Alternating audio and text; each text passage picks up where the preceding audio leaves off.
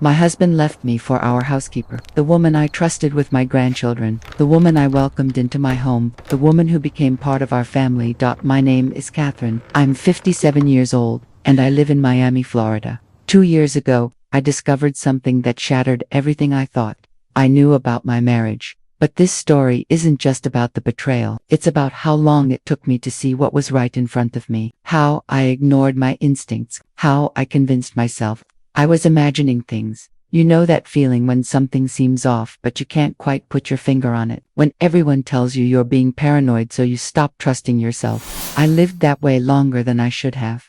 Before I tell you what I discovered, I need to know where you're watching from. Drop your city in the comments below, hit that like button, and subscribe to this channel. We share stories like mine every single day. Real women, real experiences, real survival. Every subscription helps other women find these stories when they need them most. This isn't just about a cheating husband. It's about a woman who thought she had everything: the mansion, the security, the perfect life, and learned that appearances can be deceiving. When I met Richard in 1995, I was 26 years old. He was 30, already successful, already building his empire. He promised me the world. For 30 years, I lived in that world, until I learned it wasn't what I thought it was. This story takes time to unfold, just like it took time for me to see the truth. Trust me, you'll want to hear how this ends. I met Richard at a charity gala in Miami Beach in the spring of 1995. I was 27 years old, working as an event coordinator for a hotel chain. He was 31, already successful in commercial construction, already making his mark in South Florida's booming real estate market. He wasn't the most handsome man in the room, but he was the most confident. The way he moved through that crowd, the way people gravitated toward him, it was magnetic. When he approached me, I was checking on the catering setup. He introduced himself, asked about my work, actually listened to my answers. Most men at those events looked through me, not at me. "You're good at this," he said, watching me coordinate 3 different vendors simultaneously, making everything look effortless when I know it's not. "That's the job," I said. "Make everyone else comfortable." "Who makes you comfortable?" I didn't have an answer for that. He asked me to dinner the next night. Then the night after that. By the 3rd date, he showed up with a gift. A Cartier bracelet, elegant, expensive.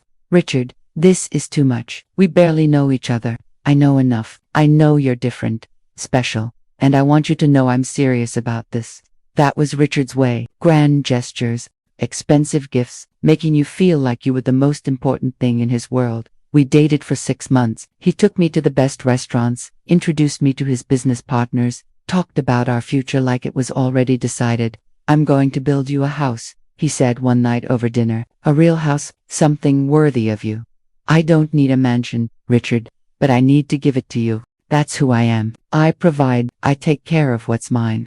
What's mine? I should have heard that differently. But at 27, it sounded romantic. We got married in December 1995. Big wedding at the Biltmore Hotel, 200 guests, everything perfect. My parents were overwhelmed by the expense, the grandeur. I was swept up in it all. The first few years were good, really good. Richard was building his company, landing bigger contracts. "I stopped working after we got married," he insisted. "Why do you need to work? I make plenty. You should focus on our home, on starting a family." I missed my job, missed the independence of my own paycheck. But Richard was so generous. Credit cards with no limits, shopping whenever I wanted, a beautiful home in Coral Gables that he bought for us. Our first son, Christopher, was born in 1997. I was 29. Richard was thrilled, wanted to celebrate everything with expensive gifts. A diamond necklace when Christopher was born, a new car when I came home from the hospital. "You gave me a son," he'd say. "You deserve everything." But along with the generosity came something else. Control disguised as care. "Where are you going?" "Just to lunch with Emily." Emily was my college friend. "Why? You have everything you need here." "I want to see my friend, Richard Finboff. Be back by 3. I don't like you being out too long." I'd laugh it off. Tell Emily he was just protective, old-fashioned. What I didn't say was that he'd call 3 times during lunch, asking when I'd be home. Our second son, Matthew, was born in 2000. I was 32, 2 boys, a beautiful home, a successful husband. On paper, I had everything. But the control tightened. "I signed you up for tennis lessons at the club. You need a hobby. What if I want to choose my own hobby? Catherine, I'm trying to do something nice for you. Why do you always make things difficult? I started playing tennis because it was easier than arguing, and honestly, I loved it. The other women at the club became friends. For a few hours a week, I had something that was mine. Richard hated it. 4 hours at the club. What do you do there all day? I play tennis, then we have lunch. It's social. Richard, with who? What are you talking about? Just regular conversation about our kids, about me. Are you complaining about me to those women? No, of course not. Better not be. I give you everything. Catherine, everything. The least you can do is be grateful, instead of gossiping with those country club wives.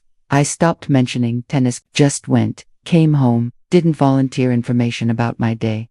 That's how it worked with Richard. Generosity paired with jealousy. Freedom purchased with guilt. He'd buy me a Hermes bag one day, then interrogate me about lunch plans the next. Take me on vacation to Europe, then question why I was smiling at the waiter. I saw how he looked at you. Richard, he's a waiter doing his job. You encouraged it. Wearing that dress. This is the dress you bought me, and you wore it for other men to look at. There was no winning. Everything was simultaneously his gift and my obligation. He gave me everything, so I owed him everything, including my attention, my time, my interactions with every other human being.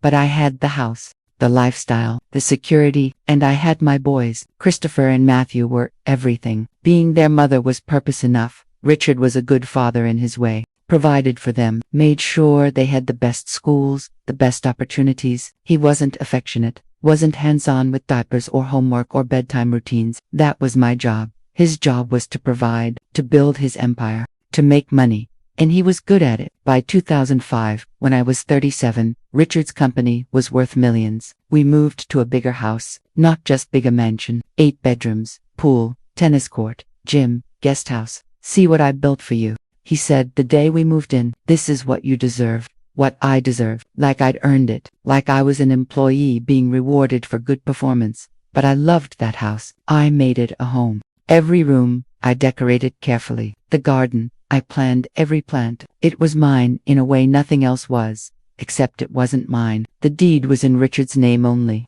For tax purposes, he explained. Don't worry about it. I didn't worry, because I never thought I'd need to. Asterisk. The years between 2005 and 2020 were a blur of luxury and loneliness. I had everything money could buy and nothing that actually mattered. Christopher went to college in 2015, Matthew in 2018. Suddenly, the house that had been full of noise was empty. Just me and Richard. And Richard was barely there. His business had exploded. He was building high-rises all over Miami, condos in Brickell, commercial developments in Fort Lauderdale. He'd leave at 7 a.m., come home at 9 p.m., sometimes later. He'd have the club, he'd say when I mentioned feeling lonely. You have tennis, you have your friends. What more do you need? What I needed was my husband. But saying that felt ungrateful, because he was working to provide this life, this beautiful, empty life. I filled my days with tennis, charity events, shopping. The other wives at the club all lived similar lives. Wealthy husbands, empty houses, too much time. We'd have lunch and talk about nothing important.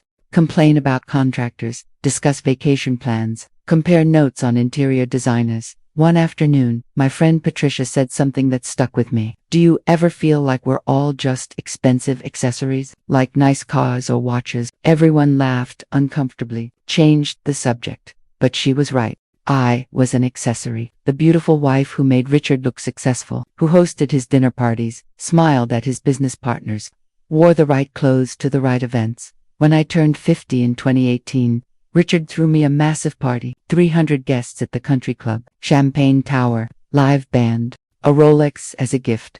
Happy birthday, darling, he said in front of everyone, to my beautiful wife, my rock, my everything. Later that night, in the car home, I asked, do you even know what I do all day? What? You called me your rock, your everything. But do you know anything about my actual life? Catherine, what are you talking about? I know you play tennis. You do your charity things. You see your friends. But what do I think about? What do I care about? What makes me happy? He looked genuinely confused. I don't know. Shopping, the house. I stopped asking questions like that because the answers were too depressing. Christopher got married in 2019, had a baby in 2020. My first grandchild, Emma, Then Matthew's wife had a baby in 2021.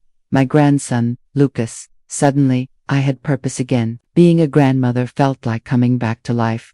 Christopher and his wife Jessica both worked in finance. Long hours. They needed help with Emma. Mom, could you watch her a few days a week? Just until she's old enough for preschool. I said yes, immediately. Finally, something meaningful to do. But it was exhausting. I was 52, not 30, chasing a toddler all day. Then Matthew's baby too when he asked, Richard, I need help. 2 babies, full time, it's too much. So hire someone.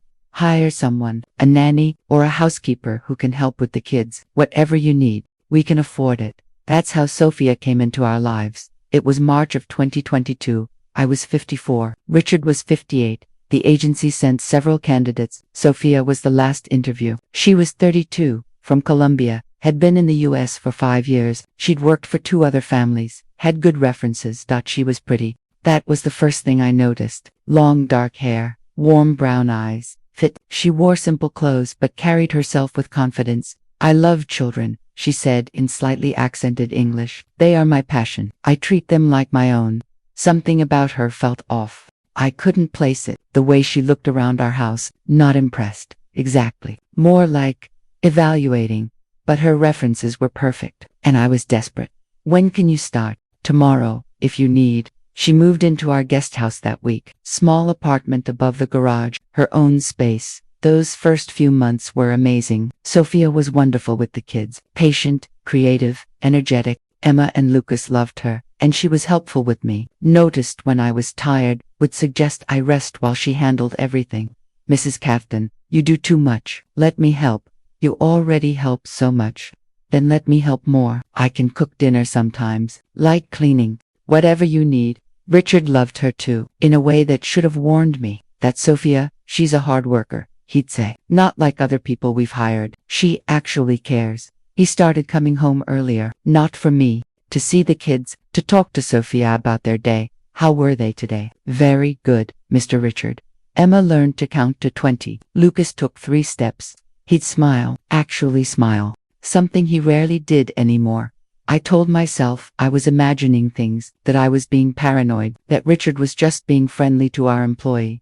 But I noticed small things. The way he'd linger in the kitchen when Sophia was preparing the kids' lunch. The way he'd offer to help her carry things. Richard, she can handle it. That's her job.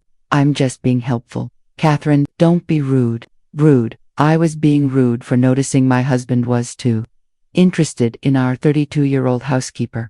Around the 1-year mark, spring of 2023, things changed. Richard started showering twice a day, once in the morning, once when he came home. He bought new clothes, younger styles, started going to the gym more. You're taking care of yourself, I said. That's good. I'm not getting any younger. Gotta stay fit. At 59, he suddenly cared about fitness. After years of golf being his only exercise, he started working from home more, 2-3 days a week in his home office. Traffic is terrible. Easier to work here. Sophia would bring him lunch. They'd talk. I'd hear them laughing from another room. What's so funny? I'd ask. Walking in, they'd stop immediately. Nothing. Just something about the kids. I started feeling like an intruder in my own home. My friends noticed Richard's behavior too. At the club, Patricia pulled me aside. Catherine, is everything okay with Richard? Why? He just seems, I don't know, different, younger somehow. He's working out more. That's not what I mean. But I didn't want to hear what she meant, because hearing it would mean acknowledging it, and acknowledging it would mean dealing with it. So I pretended everything was fine. Even as Richard started traveling more, overnight trips that didn't quite make sense, even as he'd come home with hotel receipts for cities, where he supposedly had meetings, but his calendar showed nothing. Even as Sophia started acting different around me, more confident, almost smug. I had everything, the mansion, the lifestyle, the security. I just didn't have my husband's attention anymore, and somewhere in the back of my mind, I knew why. I just wasn't ready to admit it yet. Asterisk. The first real sign came in late summer of 2023. I'd been out all afternoon at a charity luncheon, came home around 4 p.m. Sophia was in the kitchen with the kids, making them a snack. Everything looked normal, but something felt off. The house smelled different. Not bad, just different. A perfume I didn't recognize. Sweet, floral, not mine. Sophia, Are you wearing perfume? She looked up, smiled. No, Mrs. Catherine. Maybe from outside, the jasmine is blooming. Made sense. We had jasmine by the pool. I let it go. But over the next few weeks, I kept smelling it in different rooms. The living room, the hallway, once, very strongly, in my own bedroom. Richard, do you smell that? Smell what? Perfume? Like flowers? I don't smell anything. Maybe you should open some windows. I opened windows. The smell would fade, then come back. Around the same time, small things started being out of place. My favorite chair in the master bedroom would be at a different angle when I came home. The throw pillows on my bed arranged differently than I'd left them. Did you go in our bedroom today? I asked Sophia. Just to put away your laundry, Mrs. Catherine. Did you move the chair? Maybe when I was vacuuming. I'm sorry. I'll be more careful. She looked so apologetic, so innocent. I felt guilty for even asking then. One morning in September, I was getting ready for tennis, pulled out my favorite robe from my closet. It smelled like that perfume. Strong, like someone had been wearing it. Sophia, did you borrow my robe? Your robe? No, Mrs. Catherine. Why would I? It smells like perfume, not mine. Maybe it was near something in the laundry. I wash all the towels together. Always a reasonable explanation. Always something that made sense. Always making me feel like I was being paranoid. The really strange things started happening in October. I'd find long, dark hairs. Not mine. Mine was highlighted blonde. These were black, longer, caught in the bathroom drain. The first time, I showed Richard. Look at this. Where did this come from? Sophia, probably. She uses the powder room down here sometimes. Hair falls out. It's normal. This is from upstairs, from our bathroom. Catherine, she cleans our bathroom. Hair gets everywhere when you clean. You're being paranoid. There was that word again. Paranoid. I started questioning everything. Was I seeing things that weren't there? Making connections that didn't exist? My friends certainly thought so. You think your housekeeper is wearing your clothes? Patricia said over lunch. Catherine, that's a little strange to think. I know how it sounds. But things are different. Moved. Her perfume is everywhere. Maybe you're going through something. Have you talked to your doctor about anxiety? Even my own friends thought I was losing it, so I stopped mentioning the signs, stopped pointing out the strange things, but they kept happening. One day in November, I came home from the grocery store, walked into the house, carrying bags, stopped in the hallway, listened. I could hear voices, laughing, from upstairs. Richard was supposed to be in his office working. Sophia should have been with the kids in the playroom. I walked upstairs quietly. The voices were coming from the direction of our bedroom. I stood outside the door. It was slightly open. Have to be more careful. Richard's voice. I know. Sophia's laugh. But it's exciting. No. Catherine could have come home earlier. She never does. She's so predictable. I pushed the door open. They were standing near the window, both fully dressed, looking at something on Richard's phone. They jumped apart when I entered. What are you doing in here, Catherine? Richard looked annoyed, not guilty. I was just showing Sophia the new security camera system. She needs to know how it works. Why in our bedroom? There's a camera out front. Best view from here. Don't interrogate me in my own house. Sophia slipped past me, murmured something about checking on the kids. You heard her call me predictable. She was talking about the kids' schedule. You took it out of context. I didn't take anything out of context, but arguing with Richard never worked. He'd twist everything until I doubted what I'd heard with my own ears. The incidents escalated. In December, I found one of my nightgowns in Sophia's laundry basket. She was doing laundry in the utility room when I saw it. Sophia, why do you have my nightgown? She looked at it, eyes wide. That's yours, Mrs. Catherine. I'm so sorry. It must have gotten mixed in. I'll wash it and bring it right back. How did it get mixed in? You don't even do laundry in the same area where I keep my clothes. I don't know. Maybe Mr. Richard picked it up thinking it was a towel. I'm very sorry. Mr. Richard, she'd started calling him that. Not Mr. Hoffman, Mr. Richard. Familiar, intimate, and why would Richard be anywhere near my nightgowns? I took the nightgown back, examined it. It smelled like that perfume. Sophia had been wearing my nightgown. I didn't confront Richard, didn't confront Sophia, because everyone already thought I was paranoid, anxious, making things up, but I wasn't making anything up. Over Christmas, Richard gave me an expensive gift, a diamond tennis bracelet, must have cost $40,000. You're too generous, I said. Nothing's too good for you. But his eyes didn't match his words. He looked distracted. elsewhere. That night, after the kids left, after Sophia had gone to her apartment, I found Richard on his phone, smiling at the screen. What's so funny? He locked the phone immediately. Nothing. Just a meme Christopher sent. Can I see? It's not that funny. You had to be there. He'd never hidden his phone from me before. Now he kept it face down. Password protected. New Year's Eve, we went to a party at the country club. Richard was on his phone the whole time. Who were you texting? Work stuff. It's New Year's Eve. Construction doesn't take holidays. Catherine, when midnight came, he kissed me then immediately went back to his phone. I watched other couples kissing, laughing, celebrating, and I felt more alone than I'd ever felt in my life. The signs were everywhere. The perfume, the moved items, the hair, the nightgown, the secretive behavior. Everyone told me I was imagining it, so I started documenting it, taking photos of the hair in the drain, of my chair moved, of items that weren't where I'd left them. I didn't know what I was going to do with the evidence, but I needed to know I wasn't crazy, because the alternative that I was right about what was happening was almost worse than being wrong.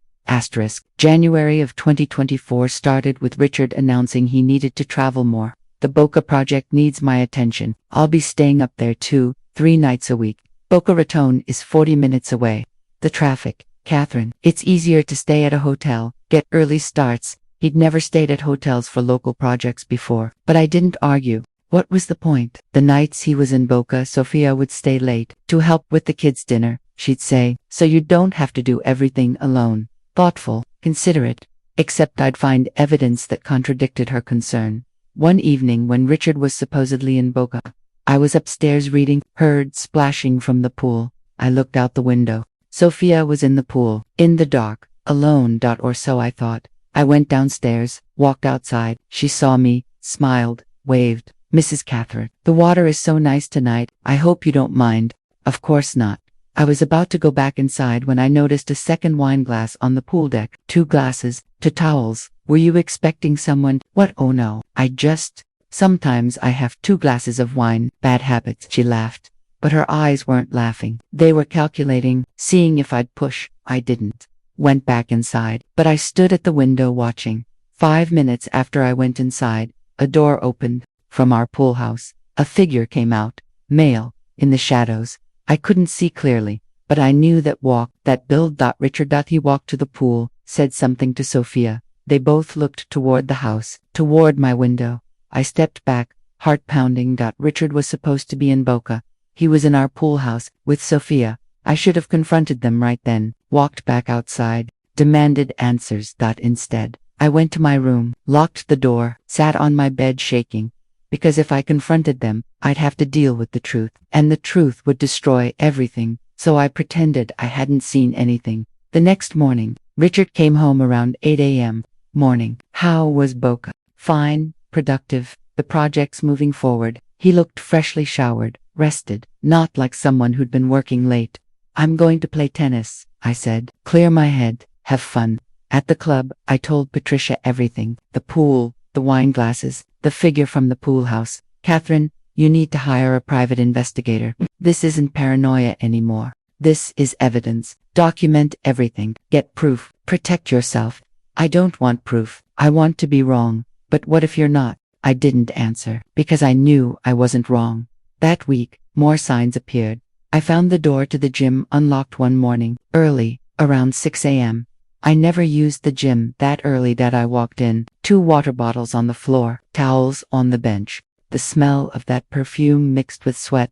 Someone had been working out, recently. To someone's I checked the ring camera footage from the gym entrance, but Richard had disabled it for privacy. He'd told me months ago. I'd thought nothing of it then. Now, I understood why. One afternoon, I came home earlier than usual from a doctor's appointment. My car was being serviced, so I'd taken an Uber.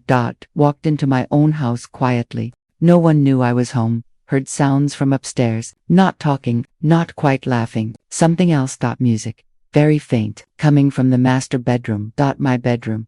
I stood at the bottom of the stairs, frozen. Should I go up, confront whatever was happening? My phone rang. The doctor's office with test results. I answered, and my voice must have carried. The music stopped immediately. Footsteps, movement, doors. By the time I got upstairs, the bedroom was empty. but the bed looked disturbed. The pillows arranged wrong. Sophia appeared from the hallway bathroom. "Oh, Mrs. Catherine, you're home early. I was just cleaning your bathroom. Sorry, I had music playing. Hope that's okay. Where's Richard?" "Mr. Richard, I think he's in his office. I haven't seen him, but I could smell his cologne. Fresh, in my bedroom." "Sophia, why does my bedroom smell like Richard's cologne if you haven't seen him?" "Maybe from cleaning his closet." I touched his suits. Maybe it transferred. Every question had an answer. Every suspicion had an explanation, but the explanations were getting thinner. That night, I checked our credit card statements, something I hadn't done in months. Richard always handled finances. Hotel charges in Miami, while he was supposedly in Boca, dinner reservations for 2 at romantic restaurants, while he was supposedly working late, jewelry purchases I'd never received, lingerie from high-end stores, not my size. Spa days at the Mandarin Oriental, couples massages. All of it right there, in black and white. He wasn't even trying to hide it. Or maybe he was. Maybe he knew. I never checked. Maybe he counted on my willful blindness. I took screenshots of everything. Hundreds of suspicious charges dating back to spring of 2023. Almost a full year of evidence. A year of him spending our money on her. I still didn't confront him. In February, we had a charity gala at the Vizcaya Museum. Major event. Everyone who mattered would be there. Richard was attentive all night. Held my hand, introduced me as my beautiful wife to everyone we met, but he was on his phone constantly, texting, smiling at the screen. "Who are you texting?" "Just checking on the Boca project at 10 p.m. on a Saturday. Construction managers work all hours. You know that." Around midnight, he got a call, stepped away to take it. I followed him, found him in a side garden, away from the party. On the phone, I note, "I miss you too. Tomorrow, I promise." His voice soft, tender, a tone he hadn't used with me in years. He turned, saw me standing there. "I have to go," he said into the phone, hung up immediately. Who was that? The site manager. Problems with the concrete delivery. "You said you missed him." "What?" "No," I said, "I'll fix it too." "You misheard." I hadn't misheard, but again, easier to pretend I had. On Valentine's Day, Richard gave me roses, expensive dinner reservation, but his mind was elsewhere. He kept checking his phone, fidgeting. "Are you expecting something?" "No, just anxious about work." The waiter brought dessert. Richard's phone buzzed. He glanced at it, and his face changed, softened. I saw the screen for a split second before he flipped it over. A text, with a heart emoji. "Who's texting you hearts?" "What?" "No one." That was an email notification. "You're seeing things." I wasn't seeing things, but I was tired of fighting about what I was or wasn't seeing. That night, I couldn't sleep. Got up around 2 a.m. Richard was asleep. I took his phone, knew his password, still used his mother's birthday. He'd never changed it. Opened his texts, saw Sophia's name, hundreds of messages. I clicked on it. The messages had been deleted. Recently, that day, all of them. But the call history was still there. Multiple calls every day, some lasting hours. I put the phone back, went to the guest room, cried until dawn. The signs were everywhere. Undeniable, documented, real. And I still hadn't done anything about it, because doing something meant my life was over. The mansion, the security, the 30-year marriage, all of it would end the moment I spoke the truth out loud. So I kept silent, kept collecting evidence, kept pretending.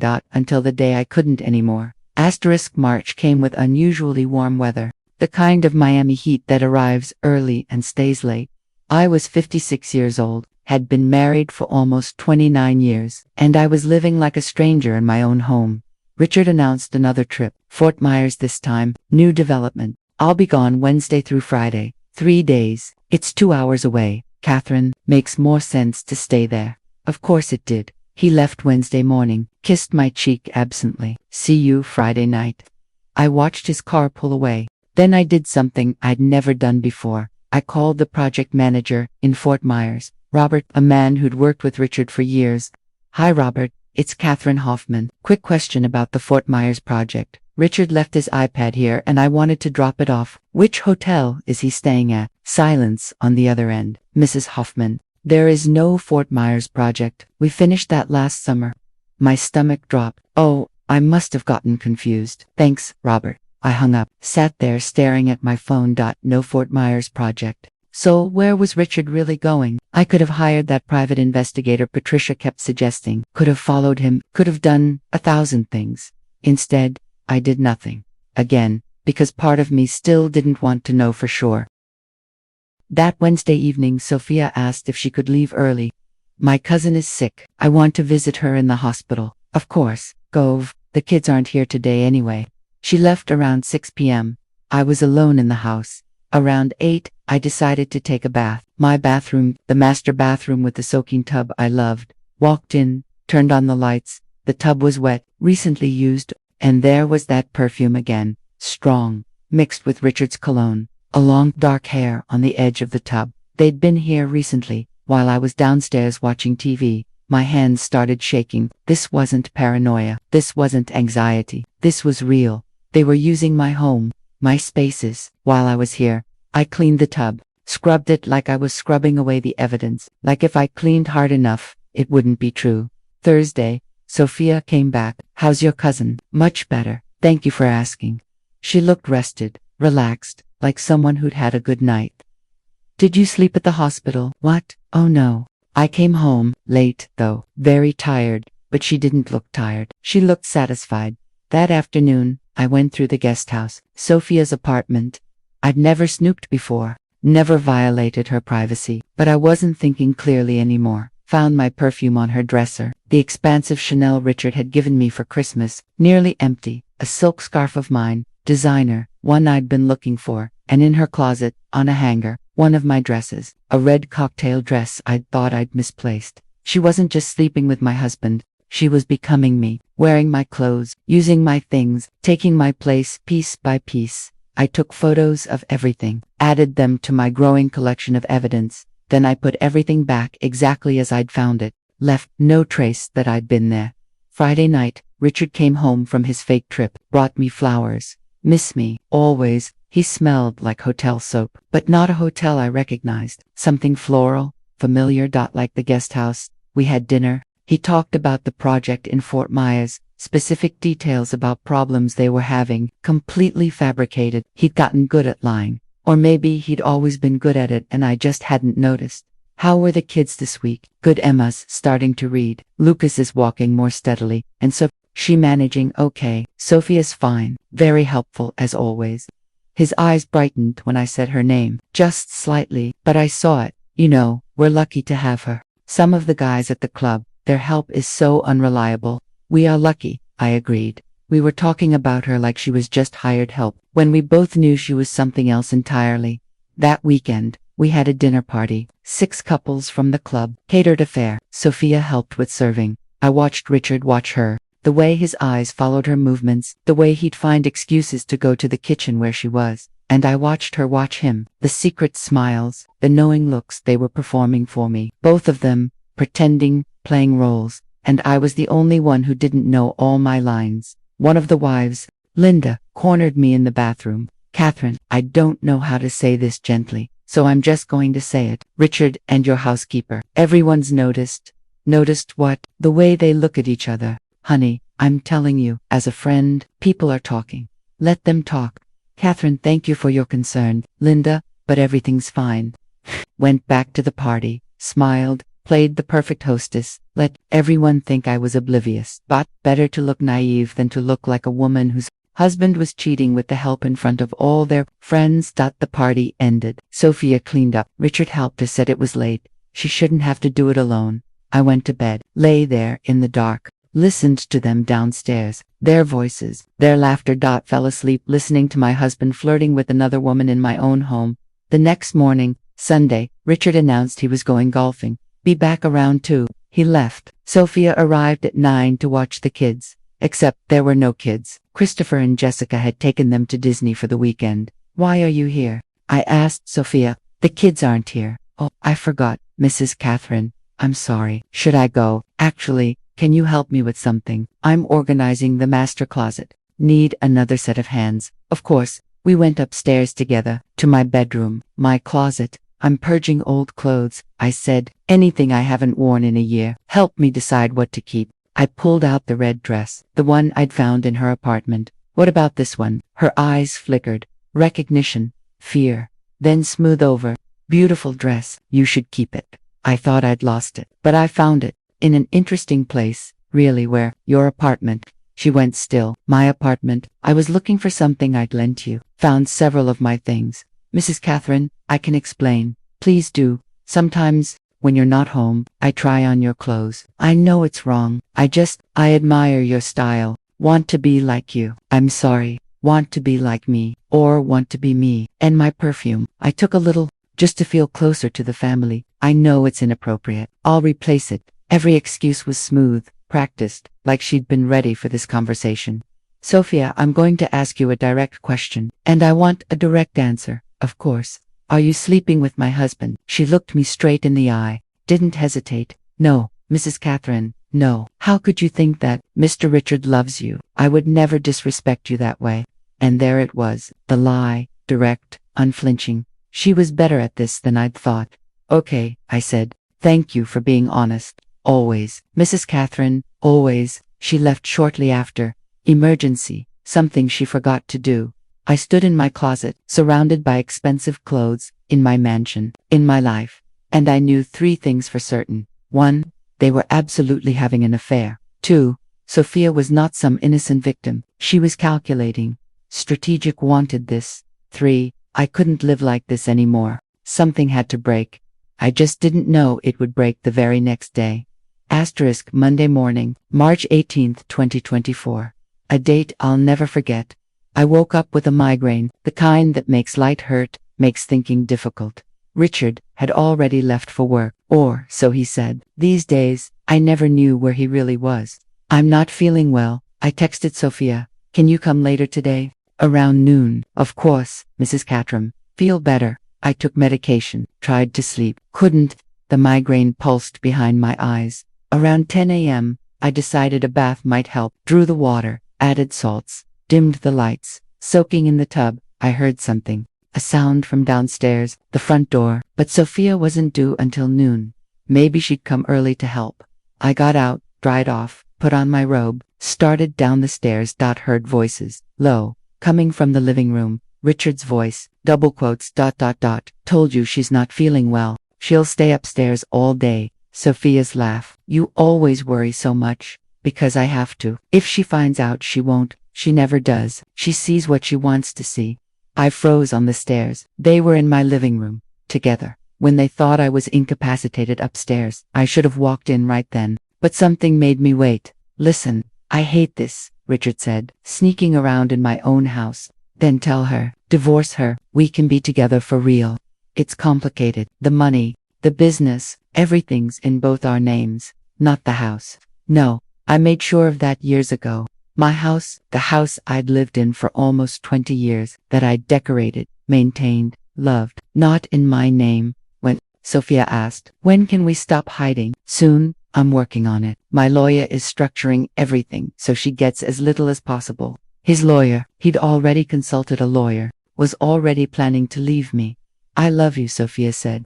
I love you too. Silence. Then sounds I didn't want to identify. I walked down 3 more steps, could see into the living room now, through the archway. They were on my couch, the white couch I'd special ordered from Italy, kissing his hands in her hair, her hands on his shirt. I must have made a sound, gasped. Something. They broke apart, saw me standing there on the stairs in my bathrobe, hair wet, face probably pale from the migraine and the shock. Catherine, Richard stood up quickly. What are you doing up? I thought you were sick. I am sick, but apparently not sick enough. Sophia adjusted her shirt, didn't look ashamed, looked annoyed that I'd interrupted. How long? My voice surprisingly steady. How long has this been going on? Catherine, let's talk about this calmly. How long? Richard looked at Sophia. Some silent communication passed between them. 1.5 years, he said finally. Since fall of 2022. Since she started working here, almost from the beginning. In this house, in our home. He didn't answer, didn't need to. In our bed. Catherine, answer me. Have you been sleeping with her in our bed? Yes. At least he didn't lie about that. But it's not what you think. What do I think? Richard, tell me, what do I think? That this is just about sex. It's not. I love her. We're in love. Sophia stood up, moved closer to Richard, possessive, claiming him. You love her. I looked at this woman, this 34-year-old woman I'd trusted with my grandchildren. And you, what do you love, him or his money? Both, she said simply, brazenly. I love him, and yes, I love what he can give me. What he should have been giving me all along, instead of wasting it on someone who doesn't appreciate him, doesn't appreciate. I couldn't finish, couldn't breathe. You take him for granted, Sophia continued, emboldened by Richard's presence. You have everything, this house, this life, and you don't even see him, don't even care. I've been married to him for 29 years. I raised his children, built his home, supported his career. And now, you're old, Sophia interrupted, and boring, and he wants more than that. The cruelty of it, the calculated cruelty. I looked at Richard. You're going to let her talk to me like this? In my own home. It's my home, he said quietly, and she's right. About most of it. Catherine, we're not happy. Haven't been for years. This marriage is over. When were you going to tell me? After your lawyer took everything I'm entitled to. His face changed. You heard that? I heard everything. You planning to leave me with as little as possible. After 3 decades, after everything I've done. What have you done? He was getting angry now, defensive. I built this life. I made the money. I bought this house. You just existed in it. I raised your children. Women do that every day. It's not special. The words hit like physical blows. Every year, every sacrifice, every moment of my life, dismissed, nothing. Get out, I said. What? Get out of my sight, both of you, now.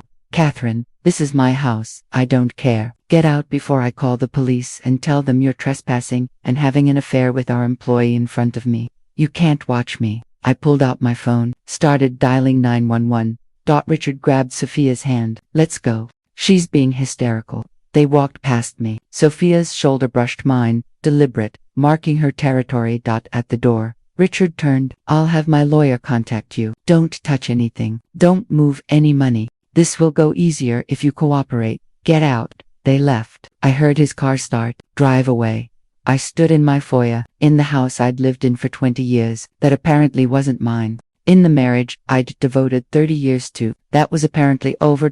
My phone rang. Patricia, I just heard. Linda saw Richard's car leaving with that woman. Are you okay? No. I'm coming over. I need to think. I hung up, walked through my house. My beautiful house that wasn't mine. Every room held memories. Christopher's first steps in the living room. Matthew learning to ride a bike in the driveway. Holiday dinners, birthday parties, 30 years of life. And in every room, now, the image of them, using my home, my spaces, taking everything that was mine. I went to my bedroom, stripped the bed, all the sheets, the pillows, the duvet, carried everything to the backyard.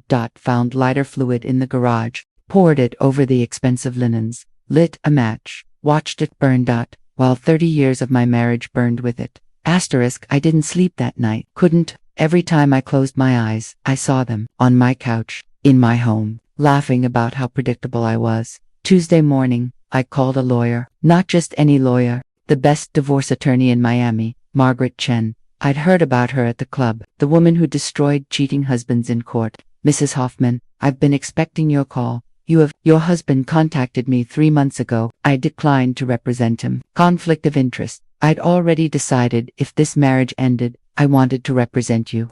You decided that without meeting me. I did my research. 30 years of marriage, stay-at-home wife, house in his name only, husband consulting lawyers secretly. Classic setup for financial abuse in divorce. I don't represent men like that. I could have cried from relief. Someone believed me. Someone was on my side. Can you come in today? I went that afternoon. Margaret's office overlooked Biscayne Bay, all glass and steel and power. She was 50, sharp-eyed. No nonsense. Tell me everything. I did. The affair, the employee, the house not being in my name, his lawyer structuring things so I'd get as little as possible. Do you have evidence of the affair? I caught them in my living room yesterday. Witness, just me. Evidence of him planning to hide assets. I heard him say it, but no recording. That's fine. Florida is a no-fault state anyway. The affair doesn't legally matter. What matters is asset division. How much do you think you're worth? The business, the house, bank accounts, investments. How much? I don't know. Richard handles all finances. Guess, maybe, 10 million. She smiled, not kindly. Try 50, probably more. His construction company alone is worth 30 million. Then there's real estate holdings, investment accounts, the house, which is worth 8 million, by the way. 8 million for the house I'd lived in but never owned. Here's what's going to happen, Margaret said. Florida is an equitable distribution state. Married 30 years, you're entitled to significant assets. We're going for 50% of everything, including the business. Can we do that? You supported his career for 3 decades, raised his children, managed his household, hosted his business dinners. You were an unpaid partner in building that empire. Yes, we can do that. He said I just existed, that what I did wasn't special. Her eyes hardened. Men like Richard always say that, right up until the moment they have to pay for it. We'll make him pay. I hired her on the spot. That evening, Richard called. I didn't answer. He called again and again. Finally, I picked up. What? We need to talk. Calmly, rationally. There's nothing to discuss, Catherine. Yesterday was emotional. I understand you're upset, but let's handle this like adults. Like adults? You mean like you handled it? Sleeping with our employee for a year and a half, planning with your lawyer to leave me with nothing. I never said nothing. You'll be taken care of, but we need to be realistic about what you're entitled to. I've hired Margaret Chen. She'll tell me what I'm entitled to. Silence. Then, Margaret Chen, Catherine, she's a shark. She dragged this out, cost us both a fortune in legal fees. Be reasonable. I'm done being reasonable. Your lawyer can contact my lawyer. Where are you going to live? The house is mine. We'll see what the judge says about that. There's no community property in Florida for houses in one name. There's equitable distribution, and I contributed to that house for 20 years. We'll let the court decide. I hung up, hands shaking but feeling something I hadn't felt in years. After power.night, Richard came to the house, let himself in with his key. I was in the living room, the same room where I'd caught them. You can't just keep me out of my own house. I'm not. You're welcome to live here, with me, as my husband. Or you can leave, and we'll discuss living arrangements through lawyers. This is insane. Over one mistake. One mistake. A year and a half is not a mistake. It's a choice. Multiple choices. Every single day. I'm not in love with you anymore. Catherine, I haven't been for a long time. Can't we end this civilly? Civilly would have been telling me, not planning with lawyers to rob me, not sleeping with our employee in our bed. She's not just an employee. I love her. Then, go be with her, but you don't get to have her and everything we built. Choose. He chose, packed bags that night, moved out. To where? I didn't know, didn't care. The next few days were surreal. I'd wake up, forget for a moment, then remember. Husband gone, marriage over, everything changed. My sons called, Christopher first. Mom, Dad told me what happened, that you're getting divorced. Did he tell you why? He said you grew apart, that it was mutual. It's not mutual. He's been having an affair with Sophia for over a year. Silence. Sophia, our babysitter Sophia? Yes. Oh my God, Mom, I'm so sorry. I had no idea. At least one of my children believed me. After was harder. He called defending his father. Dad says you're trying to take everything, that you hired some cutthroat lawyer to destroy him. I hired a lawyer to protect myself, after his lawyer tried to make sure I'd get as little as possible. That's not what Dad said. Your father lies, Matthew. He lied to me for a year and a half. He'll lie to you too. You're being bitter. I'm being honest. Believe what you want. He hung up, angry. That hurt, but not as much as I'd expected. My friends rallied. Patricia, Linda, the tennis group. They showed up with wine, food, support. We knew, Patricia admitted. Most of us suspected. But what do you say? We think your husband is cheating with your housekeeper. You'd have hated us. I hate that no one told me. Would you have believed us? A month ago. She was right. I wouldn't have. A week after the discovery, Margaret filed papers, petition for dissolution of marriage, request for temporary support, motion for exclusive use of marital home. Richard's response came fast. His lawyer, some guy named Bradley Morrison, filed claiming the house was Richard's separate property, claiming I'd contributed nothing of financial value to the marriage. Margaret laughed when she read it. They're going with that strategy. Perfect. Makes our job easier. How? Because we'll prove exactly what you contributed. Every hour, every sacrifice, every business dinner you hosted, every client you charmed, every decision you supported. We'll assign dollar values to all of it. Can you do that? Watch me. The preliminary hearing was set for April, 3 weeks away. In the meantime, I had to live in the house alone, the same house where they'd been together, the same spaces they'd contaminated. I started changed everything I could. New furniture, new paint, erasing them. One afternoon, Sophia showed up, walked right in like she still belonged. Mrs. Catherine, I came for my things. They're packed, in boxes, in the driveway. You packed my belongings. You're fired, effective immediately. I don't want you on this property. Mr. Richard said I could stay in the guest house. Mr. Richard doesn't live here anymore, and this is still my home, until a judge says otherwise. You have 1 hour to collect your boxes and leave. She looked like she wanted to argue, but something in my face stopped her. You know he's going to marry me, right? Once this is over, we're going to live here, in this house. I'll sleep in your bed, host parties in your living room. Everything you had will be mine. Then you'll learn what I learned. That Richard gets bored, that young and pretty doesn't last forever, that one day, you'll be 56, and there will be someone newer, younger, better. He loves me. He loved me too, once. Look how that ended. She left. I watched her load boxes into her car, watched her drive away from my property for the last time, and I felt something unexpected. Relief. The preliminary hearing in April was my first time seeing Richard since he'd moved out. He walked into the courtroom with Bradley Morrison, his lawyer, expensive suit, confident stride, like this was just another business meeting. I sat next to Margaret, hands folded, trying to look calmer than I felt. The judge, Marianne Foster, was in her 60s. No nonsense. I'd heard she didn't tolerate games. This is a preliminary hearing to establish temporary orders, she began. Mrs. Chen, you're requesting exclusive use of the marital home and temporary support.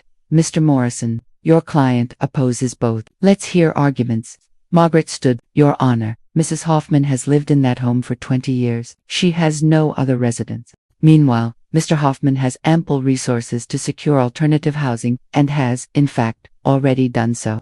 Where is Mr. Hoffman currently residing? The judge asked. Bradley Morrison stood. He's staying with a friend temporarily. He's living with his mistress. Margaret interrupted. The woman who was employed in the marital home as a housekeeper. The affair that precipitated this divorce.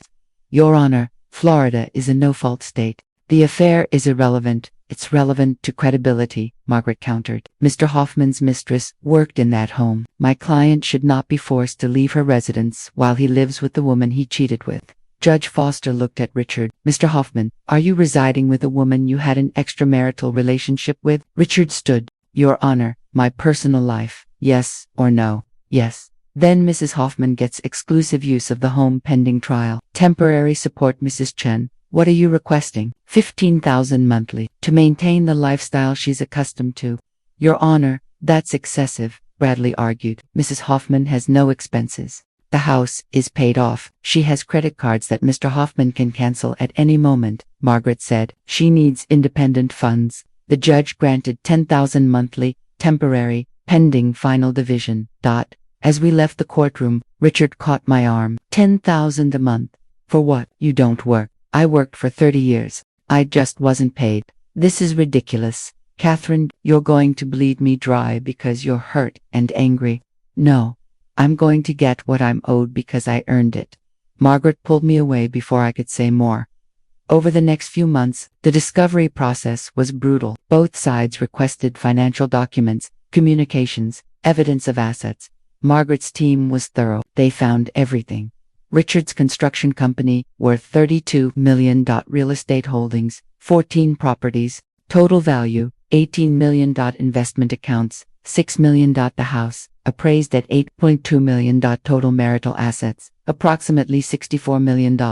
I'd had no idea we were worth that much. No idea Richard had accumulated that kind of wealth.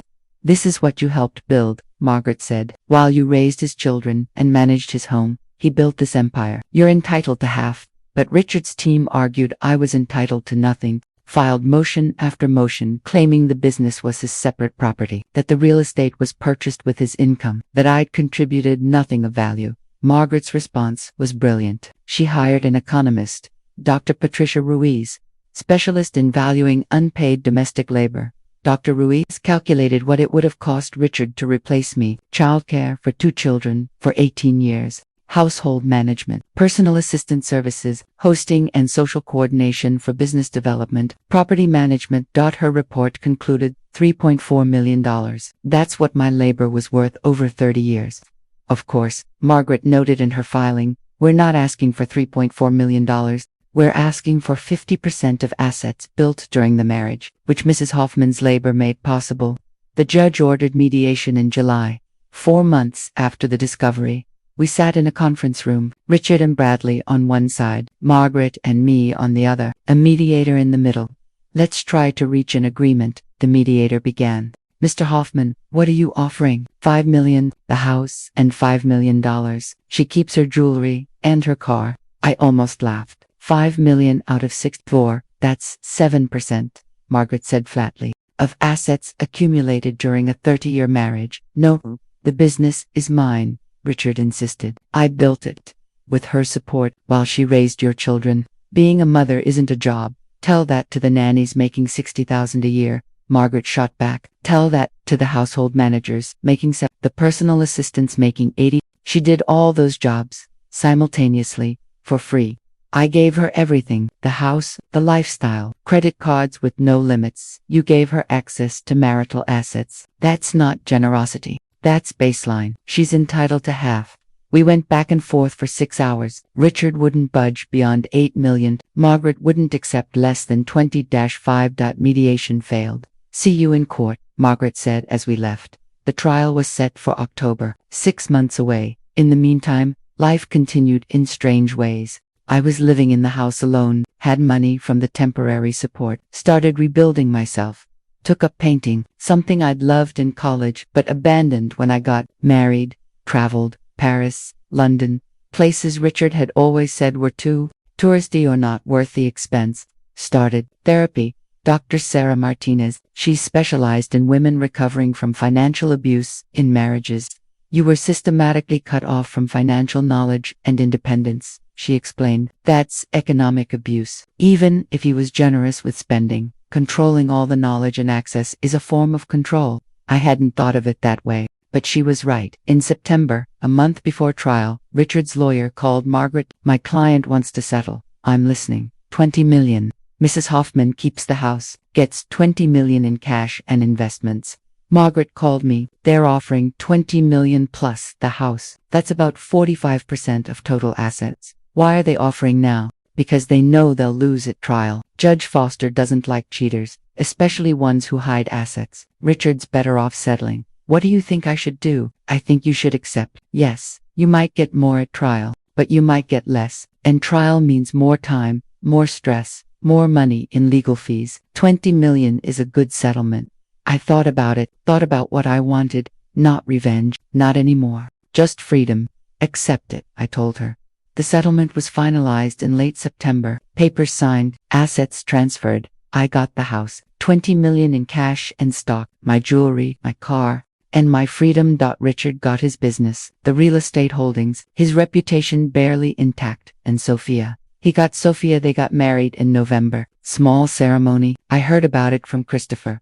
Are you okay, Mom? I'm fine, really. And I was, because by then, I'd already met James. I met James in August, while all this was still happening. Before the settlement, before I knew how anything would end, I was having lunch alone at a restaurant in Coconut Grove, trying to enjoy being out, being independent, not thinking about lawyers or court dates. A man approached my table, late 50s, silver hair, kind eyes. Excuse me, I don't mean to intrude, but are you Catherine Hoffman? My stomach dropped. Another person who'd heard about my divorce, about Richard and the housekeeper. I am. I'm James Morrison. I knew your husband, known your husband through business. I just want to say, I'm sorry for what you're going through. And for what it's worth, I always thought you were the best part of any event he brought you to. That surprised me. Thank you, May. He gestured to the empty chair.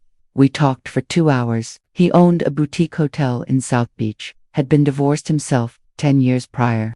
My ex-wife left me for her personal trainer, he said. Cliché, I know, but it taught me something important. That when someone shows you who they are, believe them. Don't make excuses. Don't rationalize. Just believe them and move on. We exchanged numbers, started having coffee, then dinner, then actual dates. James was different from Richard in every way. He asked my opinion, valued my thoughts, never once made me feel like I was decorative or secondary. What do you want to do today? He'd ask. Not, I planned this. You'll come along. In September, after the settlement was signed, James took me to his hotel, not as a guest, as a consultant. I'm renovating. Could use someone with your eye for design. Interested? You're offering me a job. I'm offering you a project. If you want it, no pressure. I took it. Spent 3 months redesigning his hotel lobby and restaurant. My first paid work in 30 years. When it was finished, James hosted an opening party, invited everyone, including me, as the designer. People complimented the space, asked who'd done it. James pointed to me every time.